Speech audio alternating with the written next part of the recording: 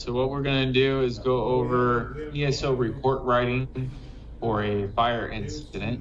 The one that I have up here as an example is a garage fire, and we will go through the whole incident. So when you're starting the report, you're going to have the inputted information from SCD to ESO.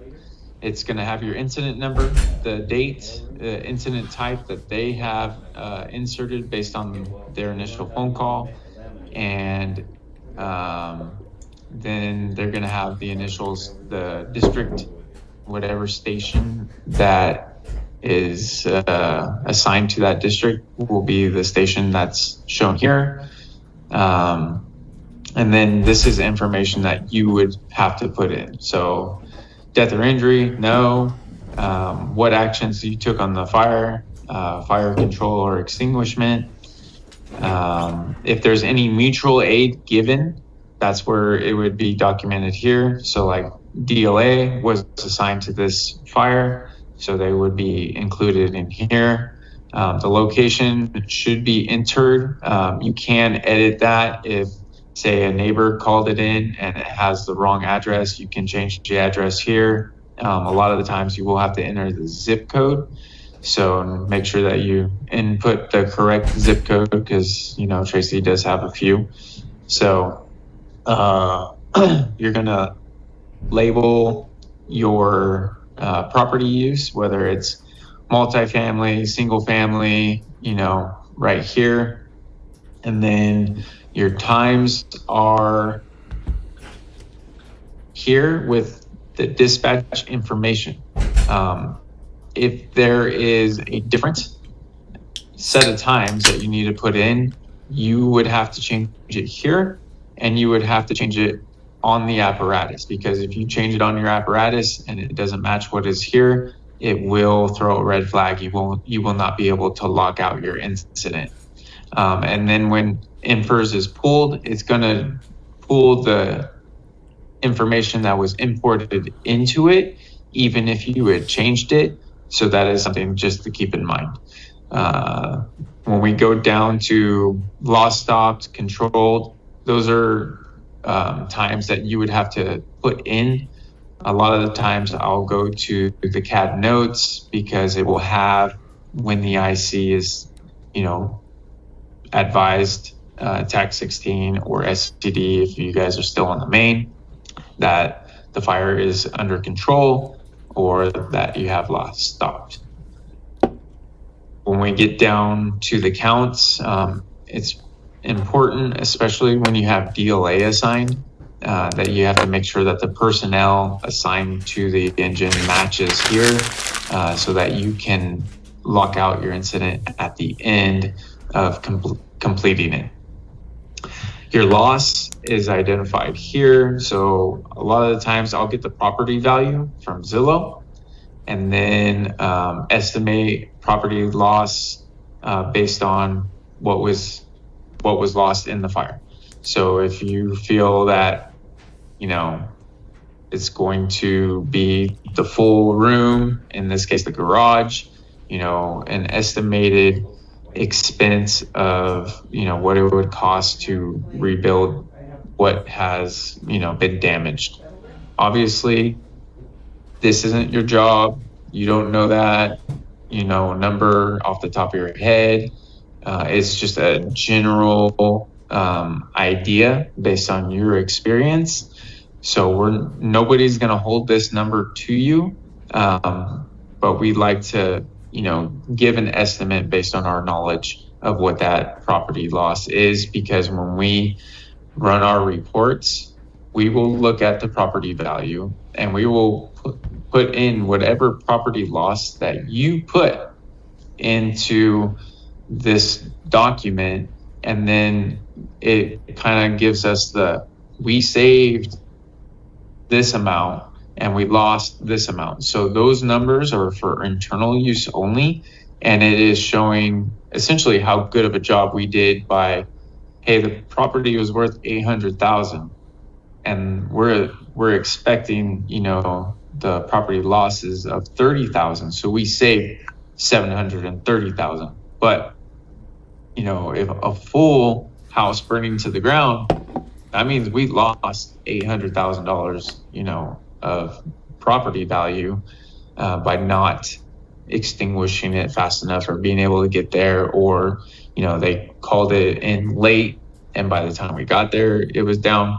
So it's an internal, amount and value that we use to show how well we do.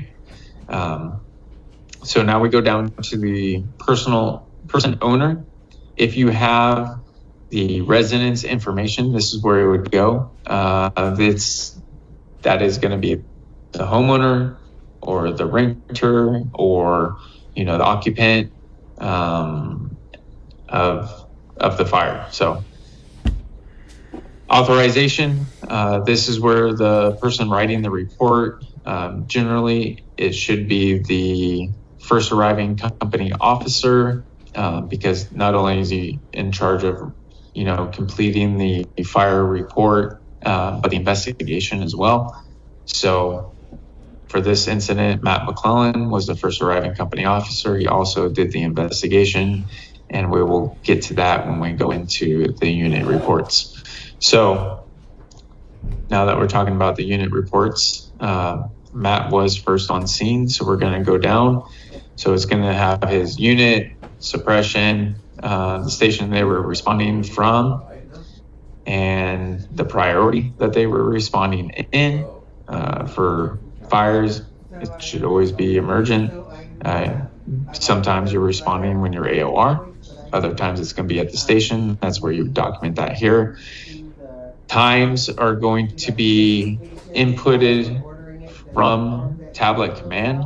So these times shouldn't change unless you forgot to, go en route when you went en route, or you went on scene and they didn't catch your audio and you didn't hit your button. That would be the only time where you would change this number. Other than that, those are inputted and you don't have to worry about those. Actions for Engine 97, fire controller extinguishment was what they documented that they were responsible for, that was their task, that was their action on scene. Has the crew's information, make sure that is accurate for who is on the fire engine. Sometimes calls come in at 0650 and you end up with the wrong personnel in your report, because it's going to have the personnel from the day before. Now you might have, those people on your engine as well. You could add personnel, so that would be where you add them here, or change them based on, hey, it was right before morning switchover and the guys were already there. So you want to just verify that the personnel assigned to the engine are the personnel that were actually on the engine. So when you get down to the report, you're going to give a quick summary of what you did, what you saw, your crew's actions, and that is it, right? So this is facts. When people pull a report, we shouldn't have anything in here that isn't based on facts. So you don't give, I believe that this happened because of this, unless you know it. So facts only. Engine 97 responded with other TFD units for reports of a house fire. Engine 97 arrived on scene with smoke and fire coming from the alpha side of a 2-story residence. Appeared to be a working garage fire. Homeowners stated all occupants were out of the building. Engine 97 pulled a 1 3/4 inch line to the kitchen door, which led to the garage. Next, it was asked for help with water and fire attack. Engine 97 advanced line into the garage and made a quick knockdown of the fire. Homeowners stated they were sleeping and started hearing a popping sound. Once they came downstairs, they noticed the house was filled with smoke and went outside and called 911. So that's pretty down and dirty. It was what they were dispatched to, what they did when they got on scene, what he asked for from other engine companies, information that he got from the homeowner, and what their crew did. So because Matt was the first in, he was also in charge of the investigation. Upon investigation, it appeared the main fire was in the middle of the garage under the garage door outlet and motor. Upon viewing the electrical panel, breakers to the garage lights and furnace were tripped. There didn't seem to be any suspicious findings. The fire is being ruled undetermined pending any further investigation. So when you're writing your narrative for your investigation, it is very important that you only put in facts and that you do leave room, if it is determined undetermined, that you leave room for any future information. So the reason why that's important is, say a neighbor has a video camera outside and it pick up either somebody else doing something that caused the fire, the residents doing something that caused the fire, or it has information showing what caused the fire.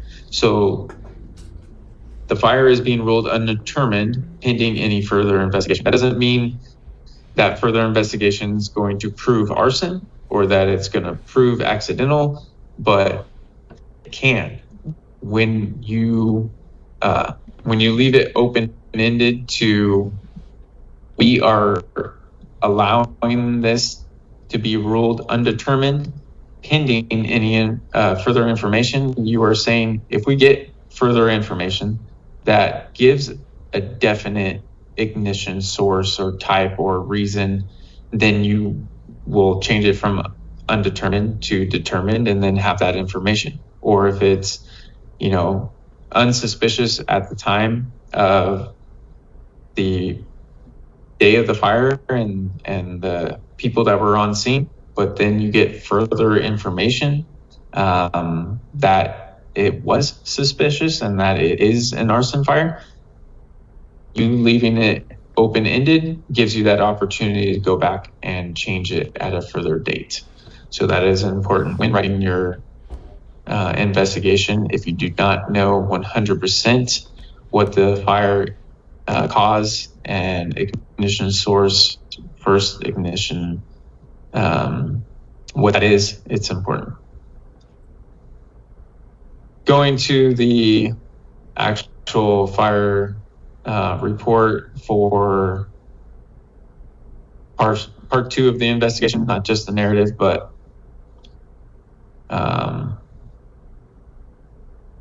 in the garage. So it started in the garage, area of origin. Heat source was undetermined. First item ignited, undetermined. So in Matt's narrative, he put that it appeared that it started in the middle of the garage because based on the investigation, that's where the most damage was. That's where it seemed that everything went from that direction. So he's saying it's undetermined. He gave a location based on the information that was on scene. So you do have information as far as where that initial heat source was probably located. But because it wasn't defined as 100%, it's just giving facts. It appeared that it started here. It is undetermined because we cannot guarantee that one item is what it was. Cause of ignition undetermined. After investigation, factors contributing undetermined. So when you do leave it as undetermined, which we always make fun of each other for doing that, but it really is an important thing because you can give information as to what you think it was and where it started, but unless you have concrete evidence of that, that's why we have so many undetermined fires. Going down to the rest, the building. So it was an enclosed building. It was, a 2-story. So that means that there's your ground level and then you're 1 story above ground level. So that's why there's a 1 instead of a 2, because it's asking stories above grade. So you have your grade, your single family residence, and then you have your single story, and then you have your 2-story, which is 1 story above grade, single family residence. Building status, it was in use. People were living in the home. Obviously, if nobody's living in the home, it would be not in use. You're given an approximate length of feet times width, and a total square footage of the house. Again, I use the numbers on Zillow for the total square feet, and then fire spread. So was the fire spread to rooms outside of the room of origin, or was it confined to the room of origin? That's where that would be here. And if you have any information as far as the contributing factors, what type of material, all of that would be noted here. Protection systems, you have, your smoke detectors, your sprinklers, that all of that information would be here. In the garage, there was no smoke detector, there was no fire sprinklers in this residence, so it is none present. Again, none present because of that. And that concludes, your portion of the fire report to the information, the site information. So once all of this is completed, each engine company officer will be in charge of putting in their information, making sure that their crews are accurate, that their times are accurate, that their narratives dictate what their responsibility on the fire was, and what they did, and what they saw, and all of that will be for each engine company. Once each engine company officer has completed their portion of the fire report, then the person writing the report, either the first due engine company officer or truck company officer or the battalion chief, will complete the report by locking it. Once it is locked, information should not be added unless it is further information in the investigation that was not available at the time of the fire or on scene on initial arrival. So once that's locked, these reports can be requested by the homeowner and the insurance company. So anything that you put into your reports, you have to think of it as being something that's subject for court, and that can be used, either for insurance purposes of recovery, for financial purposes, or litigation against or for somebody based on the information that you put in here. So just remember that everything that you type and write can be used in court. And that is our fire reports for ESO, expectations, and how to. Again, just so that we went over it, there is CAD import. There are times where, maybe not everything was sent to ESO from the CAD. You can manually import it. You can force it to do so here, or you can get your CAD notes if you want to look at the CAD notes to add anything to your report. For this one, you're going to have your primary searches all clear. It's letting you know that there's no extension to the residence. So it's just everything that is said over the radio is documented in the CAD notes, and then it is also added to the report, so you can have that if you want to. The last thing I want to go over is attachments. So the company officer that is doing the fire investigation should always make sure that they put in attachments with pictures for their investigation. This type of file cannot be previewed. Okay, well, looks like for this one, I have to download it to be able to see it. So here's a picture of where it was identified that they had the most fire damage and where it's, potentially started. And I'm assuming we're going to find pictures of the breakers, because that's a good thing to do. Noting that the breakers were tripped, I would always make sure that we have a picture of those as well. Let's see. Oh, more pictures of the inside. But I did go in here earlier. I don't know which pictures are which, but there is pictures of the breakers.